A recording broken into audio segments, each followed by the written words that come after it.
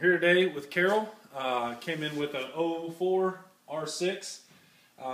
What we're trying to accomplish today is the front springs for her weight are okay, but the rear spring is way too heavy.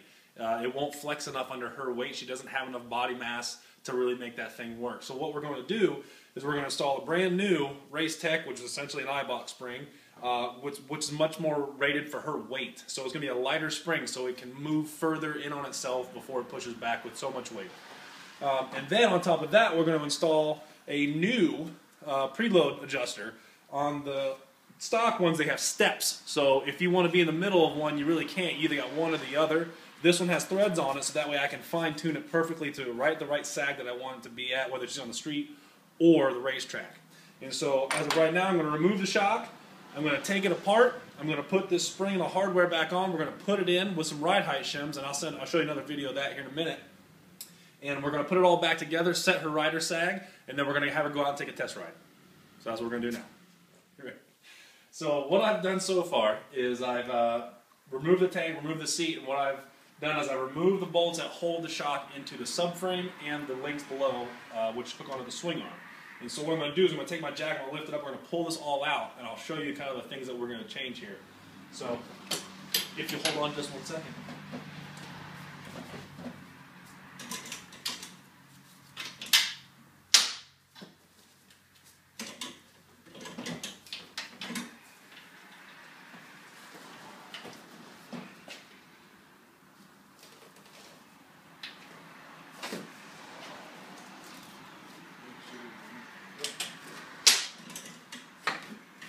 Okay, so it comes out that easy. So this is the spring that's going to go on, which is a lighter weight, so it doesn't push back nearly as hard the further it moves in. And this thing here is going to take the place of that right there. See the steps? The problem with these steps is they're okay, but if you need something in between these steps, you don't have anything because it's one or the other. These threads eliminate that so I can fine-tune it, and that's where that'll go up here when we're all done. Okay? So this is what a shock looks like disassembled. It's basically 2 pipes. One has nitrogen, this one has oil. And so what I'm going to do now, this specific shock has to be taken apart.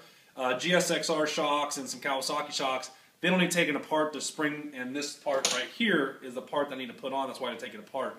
But most bikes will have this already built into the stock shock, but on Yamahas and a few Hondas, they have the click style and you have to take it apart to put this on.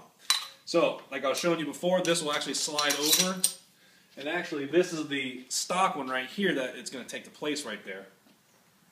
And once we do that, we slide the spring on like so, and then once we're all done, the shock will be back together, and I'm going to show you that next when the spring's all back together on. Okay, so the next part we're going to do, besides the spring, is we're going to put some ride height shims in here. Okay, these shims, and this is the clevis that goes on top of the shock.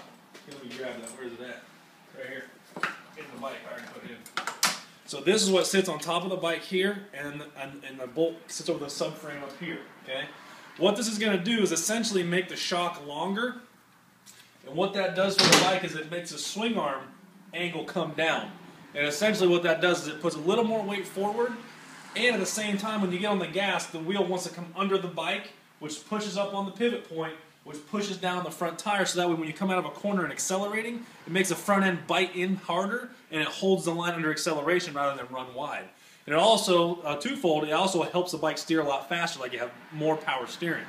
The catch side to that is in this case, is we're not going so dramatic that it's just going to feel it, but you can't get too dramatic on the ride height where it becomes real twitchy up front, like you're going on the front stretch, and it just wants to shake real bad, and you lose some stability. So there's a happy medium. If we raise the ride height, we're reducing some of the front end stability, but in this case we're only adding 4 or 5 millimeters. She's going to notice it, but it's not going to be anywhere near so aggressive where it's going to cause her any problems. So these go right on top of here, like so, and this is specifically for Yamaha kind of clevises. I have other ones for GSXRs and such.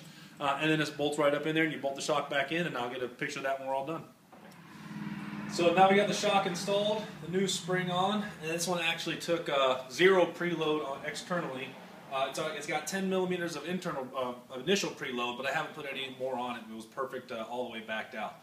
So what that'll do for her is, one, when she hits bumps, the spring will collapse further before it actually pushes back to the point where it's way too stiff. and I've installed those ride height shims. So what that's done for her as a short woman is, one, the bike has sagged more, but those ride height shims brought it right back up, so she can still touch. We verified that, but she's more supple in the rear, and the bike will turn faster and hold the line better when she accelerates off the corner at the racetrack, or even in the street for that matter, and she can still touch.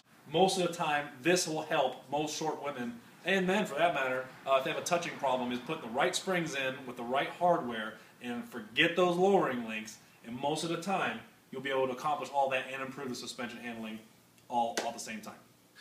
And so Carol's going to take it for a quick test ride, and she's going to come back and give her comments and feedback on what she felt different. So, all right, go for it!